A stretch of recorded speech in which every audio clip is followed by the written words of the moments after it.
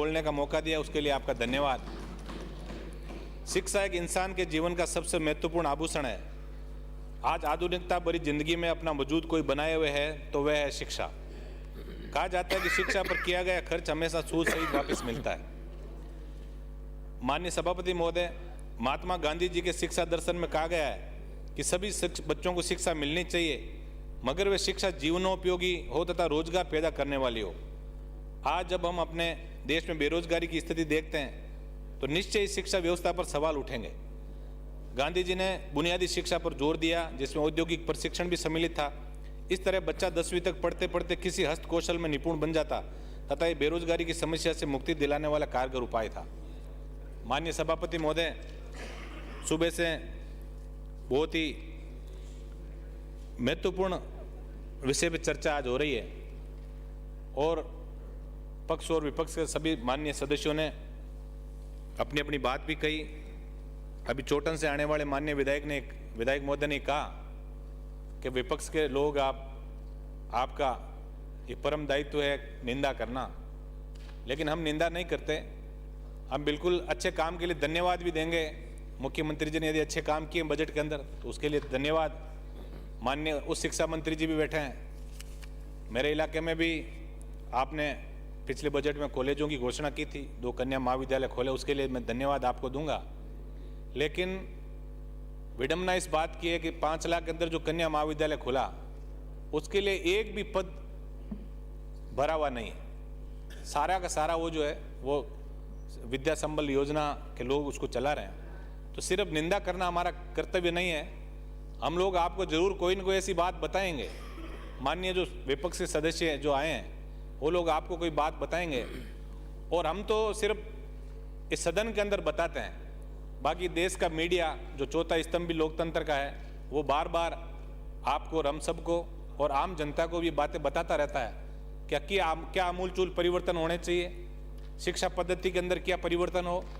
माननीय कई विधायकों ने बहुत अच्छे अच्छे सुझाव आपको दिए। मैं दैनिक भास्कर में बहुत बड़ी खबर छपी कि भर्ती की परीक्षा, भर्तियां निकालने में बीता 2022 19 बड़ी भर्तियां निकाली, 95,184 युवाओं को नौकरी मिलनी थी, किसी को भी नहीं मिली। इससे बड़ी विडंबना की बात हमारे लिए हो नहीं सकती। माननीय सभापति महोदय, आज इस प्रदेश का इतिहास यदि हम उठा के देखें तो जब तक प्राथमिक शिक्षा और प्राथमिक चिकित्सा को हम ठोस नहीं बनाएंगे, क्योंकि नींव के पत्थर है दोनों, और इन दोनों को यदि हम मजबूत नहीं बनाएंगे तो उस पर सुंदर इमारत जैसी हम सब की कल्पना है उस इमारत को हम सही साकार रूप नहीं दे पाएंगे। और ये हकीकत बात है कि भर्तियों के अंदर जो घोटाले हुए, रेट की बात करें चाहे सेकंड ग्रेड की बात करें, और आज अब तो ये तय हो गया कि यदि कोई भर्ती के अंदर, मेरे हिसाब से तो पेपर आउट होना आम बात हो गया। और ये हम सब जनप्रतिनिधियों की भी नैतिक कर्तव्य है कि हम सब मिलके एक पार्टी की विचारधाराओं से ऊपर उठ के ऐसे कानून बने जो छात्र पढ़ लिख के और ईमानदारी से जो आगे बढ़ना चाहता है उसको इस चीज़ का अवसर भी मिले, क्योंकि ये उसका मौलिक अधिकार है। आज यदि शिक्षा विभाग की बात करें तो मैं मेरे नागौर जिले की बात करूंगा। और ये हकीकत बात है कि सत्ता के अंदर परिवर्तन, एक बार भारतीय जनता पार्टी की सत्ता आती है और दूसरी बार कांग्रेस की सत्ता आती है। ये हमारे राजस्थान का आज तक का इतिहास रहा। किसी ने आज तक सरकार रिपीट नहीं की। और उसमें सबसे बड़ी भूमिका की यदि हम अध्ययन करें तो चिकित्सा और शिक्षा मंत्रियों के कार्यकलापों के कारण ही सरकारों को विपक्ष के अंदर बैठना पड़ा। माननीय शिक्षा मंत्री जी, आप विराजमान हैं, इस बात को आप अन्यथा नहीं लें। समय रहते यदि इसके अंदर आपने कोई आमूलचूल परिवर्तन किए तो निश्चित रूप से आपके पक्ष के जो विधायक है जो कहते हैं हम फिर से सत्ता पे काबिज होंगे, हो सकता है कि आपका सपना साकार हो जाए। तो मैं आपसे जरूर निवेदन करूंगा इस बात को अन्यथा नहीं लें। आज यदि मैं नागौर जिले की बात करता हूं तो 22,791 पदों में से 5,120 पद नागौर जिले के अंदर अध्यापक और विभिन्न जो लेवल के पद हैं उनके अंदर 5,120 पद खाली हैं। माननीय सभापति महोदय, बहुत बड़ी खबर बीकानेर की बात बता रहा हूं, जहां से माननीय मंत्री जी आते हैं कि अलमारी में बंद लाखों पुस्तकों को चाट रही दीमक, सार संभाल करने वाला कोई नहीं। राज्य के 75% स्कूलों में लाइब्रेरियन के पद ही नहीं। लाइब्रेरियन, जब हम डिजिटल लाइब्रेरी, और ये हम ये कह रहे हैं कि 100 अध्याय जो है बच्चा लाइब्रेरी के अंदर बैठ के पढ़े। आज आप देखिए नया ट्रेंड चल पड़ा, गांव तक में लाइब्रेरियां शुरू हो गई। एक तरफ लाइब्रेरी का रुझान बढ़ रहा है, दूसरी तरफ हम स्कूल और कॉलेजों में लाइब्रेरियनों के पद खत्म कर दिए हमने, सिंगल कोई भर्ती नहीं हो रही है, लाइब्रेरियन कहीं नहीं है। तो इस चीज़ के बारे में भी हमें ठोस कोई नीति बना के सोचना पड़ेगा। माननीय सभापति महोदय, मैं मेरे विधानसभा की एक स्कूल की मैं चर्चा यहाँ करूँगा, जिसके अंदर बहुत बड़ी खबर अखबार ने छापी, पत्रिका ने, कि जरा सरकार सोचिए, थामबड़िया के 197 बच्चों वाले विद्यालय में एक भी शिक्षक नहीं, और ऐसे 3 स्कूल जहाँ नामांकन एक भी नहीं फिर भी अध्यापक लगा रखे हैं। अभी जो चोटन से आने वाले माननीय विधायक थे, इन्होंने बहुत अच्छी बात कही, और उस बात को आप जरूर नोट करना कि शहर के जो शहरी क्षेत्र है और जिला हेडक्वार्टर है, उसके 15 किलोमीटर का इलाका यदि हम स्कूलों को देखें तो वहाँ टीचर्स की संख्या बहुत ज़्यादा है, और सुदूर इलाके के अंदर सारे के सारे पद रिक्त पड़े। तो जरूर इसके अंदर कोई ठोस नीति बना के और उन लोगों को आप उधर एडजस्ट कीजिए। मैं बीकानेर के अंदर ही एक ये बहुत बड़ी खबर और छपी, लैपटॉप योजना, जिसकी सरकार हर साल बजट के अंदर घोषणा करती है। लैपटॉप योजना, राज्य में मेधावी विद्यार्थियों को 3 सत्रों के मिलने हैं लैपटॉप, 93,000 विद्यार्थियों को इंतजार, 4 साल से ठंडे बस्ते में योजना।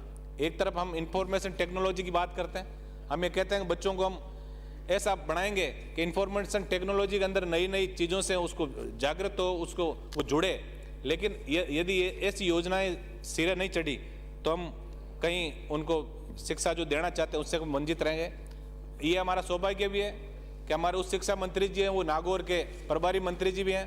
तो आपका भी मैं ध्यान आकर्षित करूंगा, आप जब भी नागौर आएँ, कि प्रभारी मंत्री जी नागौर के एक भी सरकारी कॉलेज में लाइब्रेरियन नहीं, आप वहाँ के प्रभारी मंत्री हैं। और बड़ी विडम्बना की बात यह है कि पीजी, चाहे बलदेव राम मिर्जा गवर्नमेंट कॉलेज की बात करें, क्यूसर की बात करें, या नागौर जिले के किसी भी कॉलेज की बात करें, आप वहाँ के प्रभारी मंत्री हैं। पीजी क्लासों खोलने की बात हो, अध्यापकों के लेक्चर्स के पद भरने की बात हो, हमेशा ज्ञापन वो बच्चे लोग देते हैं। तो आप बड़े संवेदनशील होके, और मैं आपसे पूरी आशा रखता हूँ कि संवेदनशीलता दिखाते हुए इसके लिए आप जरूर प्रयास करेंगे। माननीय अध्यक्ष सभापति महोदय, सरकार नए बोर्ड सेंटर खोलें जिसमें राजकीय उच्च माध्यमिक विद्यालय जनाना में बोर्ड परीक्षा सेंटर खुलवाने की मांग करता हूं। कई जगह बोर्ड सेंटर, सर अभी तो 6 मिनट हुए सर, 10 मिनट तो एक ही व्यक्ति बोल रहा हूं मैं, 2 मिनट में समाप्त करें। मेरे जो मांग है मेरे विधानसभा क्षेत्र की, कि क्यूसर उपखंड मुख्यालय पर स्वामी विवेकानंद मॉडल स्कूल खोलने की घोषणा करें। नए विद्यालय खोलने में दूधिया नाडा बामणियाड़ा, दया नाडा दूजासर कसवांगी ढाणी, कुमारों में नायकों की ढाणी नंदवाणी, हेमजी मेघवाड़ों की ढाणी कलाथल डोर, धोलिया डेर और राजपूत नायकों की ढाणियाँ खड़काली में नए विद्यालय खोलने की प्रस्ताव की मैं आपसे मांग करता हूँ। प्राथमिक विद्यालयों को उच्च प्राथमिक विद्यालय में क्रमोन्नत करते हेतु मांग, राजकीय प्राथमिक विद्यालय बेणीवाड़ों की ढाणी, मादाणियों की ढाणी, सही चोखाराम, राजकीय प्राथमिक विद्यालय रामदेव मंदिर कुर्ची, राजकीय प्राथमिक विद्यालय रायकों की ढाणी नंदवाणी, राजकीय प्राथमिक विद्यालय करमोड़ाई नाडी सोहों की ढाणी चारणी सरा, राजकीय प्राथमिक विद्यालय जांदों की ढाणी भोमासर, राजकीय प्राथमिक विद्यालय पूर्वी ढाणी खड़काली, राजकीय प्राथमिक विद्यालय शहीदों की ढाणी रूण, राजकीय प्राथमिक विद्यालय संतों की ढाणी नयापुरा नागड़ी, राजकीय प्राथमिक विद्यालय संख्या 3 देव, और राजकीय प्राथमिक विद्यालय नायकों की ढाणी खजवाना के अंदर उच्च प्राथमिक विद्यालय में क्रमोन्नति की मैं मांग करता हूँ। नए महात्मा गांधी स्कूल, राजकीय बालिका उच्च प्राथमिक विद्यालय शीलगांव, राजकीय बालिका उच्च प्राथमिक विद्यालय सेनणी, राजकीय प्राथमिक विद्यालय अशावरी, राजकीय प्राथमिक विद्यालय सुथारों की ढाणी और राजकीय प्राथमिक विद्यालय कुर्ची के अंदर और राजकीय प्राथमिक विद्यालय बिरलोका में नए महात्मा गांधी स्कूल खोलने की मैं मांग करूंगा। और खींवसर क्षेत्र के सरकारी विद्यालयों में नए संकाय खुलवाने हेतु राजकीय उच्च माध्यमिक विद्यालय बिरलोका, पांचोड़ी, गूढ़ा भगवान दास, खींवसर, कांटिया, जनाना, संकवास, कंकड़ाई, पालड़ी जोधा, गाजू, कडलू, करनाल, बलाया और सिलगांव में विज्ञान संकाय शुरू करने की मांग करता हूं। साथ ही राजकीय उच्च माध्यमिक विद्यालय माडपुरा में कला संकाय शुरू करवाने की मांग कर रहा हूं। इसके अलावा राजकीय उच्च माध्यमिक विद्यालय खजवाना, राजकीय उच्च माध्यमिक विद्यालय रूण, राजकीय उच्च माध्यमिक विद्यालय माणकपुर, राजकीय उच्च माध्यमिक विद्यालय संकवास में भी कृषि संकाय शुरू करवाने की मांग करता हूं। मैं उस शिक्षा मंत्री जी से मांग करूंगा कि हमारे खजवाना के अंदर नया कॉलेज की भी आप जब उत्तर दें माननीय मुख्यमंत्री जी, तो खजवाना के अंदर हम कॉलेज की मांग करते हैं। और मेड़ता विधानसभा क्षेत्र के रिया बड़ी कस्बे के कहीं 30, 35, 40 किलोमीटर में कोई कॉलेज नहीं है, वहाँ भी आप कॉलेज की मांग स्वीकृति जारी करावें।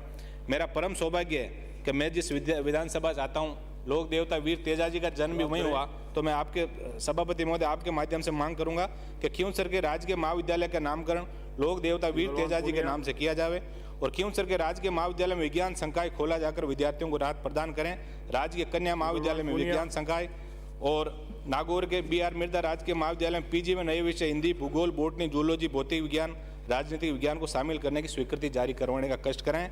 मैं एक सभापति महोदय एक सेंटेंस के साथ ही अपनी वाणी को विराम दूंगा। एक अभी उच्च शिक्षा के अंदर एक आयुक्त महोदय का एक तुगलकी फरमान जारी हुआ कि छात्र संघ के जो चुने हुए प्रतिनिधि हैं वो संबंधित विधायक से परमिशन लेकर उसके बाद उद्घाटन करेंगे। इस देश के अंदर मेरे हिसाब से इतना बड़ा तुगलकी फरमान कभी नहीं आया। छात्र संघ का जब अध्यक्ष चुना जाता है तो कम से कम वो मर्जी से जो इच्छा है जिसको वो बुलाना चाहे और अपना उद्घाटन का कार्यक्रम करें। अंत में मैं यही बात आपके माध्यम से सरकार तक पहुंचाना चाहूंगा कि पंचायत सहायक भर्ती 2017 में वंचित रहे 6500 विद्यार्थी मित्रों को शिथिलता प्रदान कर विद्यालय सहायक संविदा कैडर 2022 में शामिल करवाकर रोजगार प्रदान करें। आपने मुझे बोलने का मौका दिया, बहुत बहुत धन्यवाद। जय हिंद।